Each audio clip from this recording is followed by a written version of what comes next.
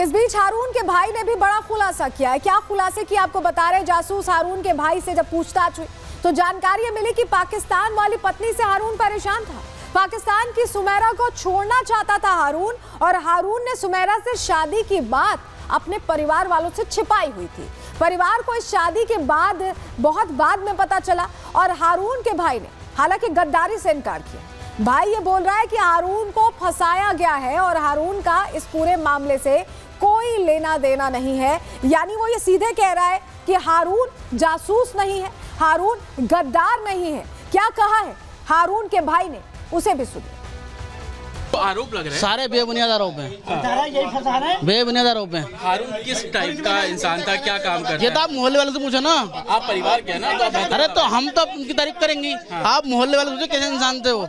लोगों की हेल्प करने वाले बंदे हैं वो।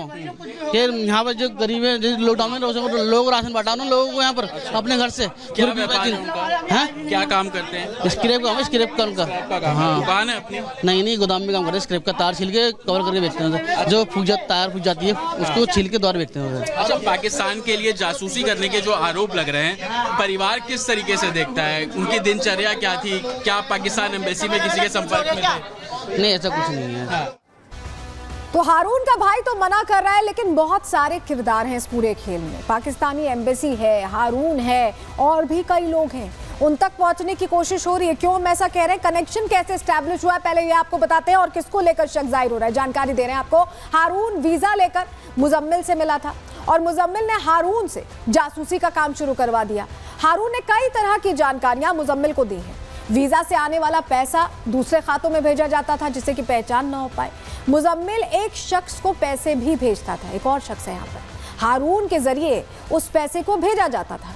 एजेंसीज अब सोच रही हैं और इस बारे में पता लगा रही हैं कि आखिर वो तीसरा शख्स कौन है, क्योंकि उस तीसरे शख्स से ऐसा लग रहा है कि बहुत सारी कड़ियां सुलझ सकती हैं और ऐसे में उस तीसरे शख्स को लेकर कहीं ना कहीं सवालों का दौर जारी है। इस बीच बड़ी खबर आ रही है, उसका रुख करें। आपको बताएं, एप्पल के सीईओ टिम कुक को डोनाल्ड ट्रंप ने चेतावनी दे दी है। कहा है कि मैंने पहले ही टिम कुक को सूचित कर दिया था, उम्मीद है कि यहाँ मेड इन यूएसए आईफोन बेचेंगे, made in India iPhone America लाकर नहीं बेचेंगे। अगर एप्पल नहीं मानेगा तो 25% टैरिफ देना होगा। ये बड़ी खबर आपको बता रहे हैं। इससे पहले भी डोनाल्ड ट्रंप ने ये कोशिश की थी कि टिम कुक अपना मन बदल ले। सामने से कहा था कि मेड इन इंडिया, आप बहुत प्रोडक्शन कर रहे हैं, बहुत सारी फैक्ट्रीज डाल रहे हैं, आप अमेरिका में डालिए।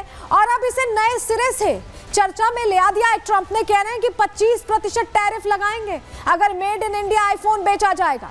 ये बड़ी खबर इस लिहाज से क्योंकि ऐसा लग रहा है कि ट्रंप को बढ़ते भारत से टेंशन हो रही है और वो ये चाह नहीं रहे हैं कि ये जो प्रोडक्शन है ये भारत में हो। तो हारून के बारे में हमने आपको जानकारी दे दी। अब चलिए एक और शख्स जो पकड़ा गया है, एक और चेहरा जो बेनकाब हुआ है, उसकी तस्वीर आपको दिखाते हैं। जरा यहाँ तस्वीर दीजिए, ये देखिए, जासूस तुफैल, ये वाराणसी से गिरफ्तार हुआ है, काशी से पकड़ा गया है ये शख्स। और इस पर भी यही आरोप है कि बाकायदा जानकारियां भेजा करता था, जासूस का काम करता था। इसको लेकर क्या खुलासे हुए हैं, कैसे जद में आया है तुफैल, चलिए जरा आपको बताते हैं, क्योंकि ये काशी से पकड़ा गया है। क्या जानकारियां मिली है इससे जुड़ी आपको बता देते हैं फटाफट। वाराणसी से आईएसआई जासूस तुफैल गिरफ्तार हुआ है, तस्वीर हमने आपको दिखाई। यूपी एटीएस ने तुफैल को गिरफ्तार किया और पाकिस्तान की महिला के संपर्क में था तुफैल। पाकिस्तानी महिला को इसने 2 बार गिफ्ट्स भेजे हैं। नेपाल और पंजाब के रूट का इसने गिफ्ट्स भेजने के लिए इस्तेमाल किया। वाराणसी की फोटो पाकिस्तान भेजता था। कन्नौज, सरहिंद से खुफिया जानकारी इसने जुटाई है और देश में और कहां-कहां गया है अब इसकी भी जांच चल रही है, क्योंकि ये बहुत सारी तस्वीरें भेजता रहा है और ऐसे में जांच का दायरा बढ़ गया है कि आखिर कहां-कहां की जानकारी इसने भेजी है। इसको लेकर जो प्रश्न है उसकी तह तक जाने की कोशिश हो रही है। तुफैल का भाई इस पर क्या कह रहा है, क्या सफाई दे रहा है, सुनिए जरा। एटीएस वाले आए थे, आप लोगों से बात करके गए थे? क्या बताया था एटीएस वाले? बताया कुछ नहीं थे, बताया थे कि इनके जो है सोशल मीडिया पे कुछ लिंक मिल रहे हैं तो उनकी जांच करनी है। ठीक है, हम लोगों ने कहा ठीक है, आप ले जाइए, जांच करिए, अगर ऐसा कुछ पाया जाता है तो जो कार्रवाई होगी वो कार्रवाई करिएगा। तो कल रात को मालूम हुआ इस तरह के जो है बातें। इस तरह आपका भाई है, आप देखते होंगे फोन में किससे क्या बात कर रहा है, वीडियो। अच्छा, क्या वीडियो देखते थे? आवाज़ तो आती होगी बाहर? लब्बैक के संगठनों से पाकिस्तान की जुड़ूत है। अरे रुकिए नहीं, हमारे वो भाई बात इनसे करने है, दीजिए, वो कर कजिन दीजिए। था। तो देखिए कुछ भी सच बताने से बच रहा है उसका भाई। इस बीच कैसे काम करता तो तुफैल, फटाफट आपको बता देते हैं। गद्दार तुफैल ने कुल 19 व्हाट्सएप ग्रुप बनाए हुए थे। ग्रुप्स को पाकिस्तान से ऑपरेट किया जाता था। पूर्वांचल के 800 से ज्यादा लोगों को ग्रुप से जोड़ा गया था। एटीएस इन 800 नंबर्स की जांच करने में जुटी हुई है और इन ग्रुप्स में वाराणसी के कई मोहल्लों के लोग बताए जा रहे हैं। लोहाता, बजरडीहा, मदनपुरा, बेनिया, हड़हा के लोग हैं इसमें, और इसके अलावा मऊ और आजमगढ़ के लोग भी जुड़े हुए हैं। तुफैल के व्हाट्सएप में पाकिस्तानी नंबर भी शामिल हैं। ऐसे में इस तमाम पहलू पर जांच का दायरा बढ़ाया जा रहा है। जो 800 नंबर हैं ये इस वक्त रडार पर हैं यहाँ सुरक्षा बलों के और जांच एजेंसियों के, क्योंकि हो सकता है कि इनसे सीधा कनेक्शन हो। ये तमाम सवाल हैं जिसकी तह तक जाने की कोशिश की जा रही है। लेकिन आपको बताते हैं कि इसने कई जगहों की जानकारी अब तक साझा कर दी है, कई जगहों के बारे में डिटेल्स दे दी है। तुफैल ने देश में कई जगहों की रेकी की थी और रेकी के बाद तस्वीरें और वीडियोस इनकी तरफ से भेजे गए, इनकी तरफ से साझा किए गए। वहां पर दिल्ली के लाल किले की बताई जा रहा है तस्वीर भेजी गई है। इसके अलावा निजामुद्दीन जामा मस्जिद की तस्वीर भी भेजी गई है। वहीं वाराणसी के ज्ञान वापी की भी तस्वीर भेजी गई है। इसके अलावा राजघाट और नमो घाट की भी तस्वीरें तुफैल ने शेयर की हैं, हमें पता चला है।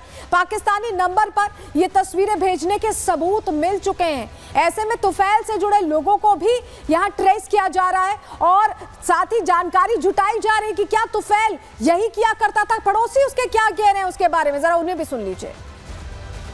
पाकिस्तान के आईएसआई से संपर्क था वो जानते हैं उसमें हम लोग देखे तो उसको देख करके सन्न रह गए। घर के मेरे बगल का रहने वाला है। उसके यहाँ पहले से भी बहुत सारे मुस्लिम आते थे जाते थे, रात बिरात वहीं रहते थे। अब क्या था क्या नहीं था, उसका व्यवहार कैसा था? बदतमीजी करता था, झगड़ता? नहीं ये सब नहीं करता था, वो अपने में साइलेंट रहता था। सुरक्षा का खतरा अब लग रहा है आप लोग? हाँ लग ही रहा है भाई, अब ऐसा हो गया तो डर तो लग ही रहा है ना, डर का।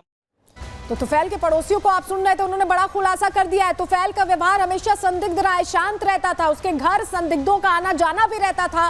तुफैल शांत रहता, किसी से मतलब नहीं रखता था। तुफैल अक्सर फोन में ही लगा रहता था, पड़ोसी ये कह रहे हैं। तुफैल की गिरफ्तारी से पड़ोसियों को डर सता रहा है। पड़ोसियों ने इलाके में सुरक्षा बढ़ाने की मांग कर दी है। तो ये स्थिति है और ये जो गद्दार पकड़े गए उनसे भी अब जानकारियां जुटाई जा रही है। लगातार इस खबर पर हमारी नजर बनी हुई है।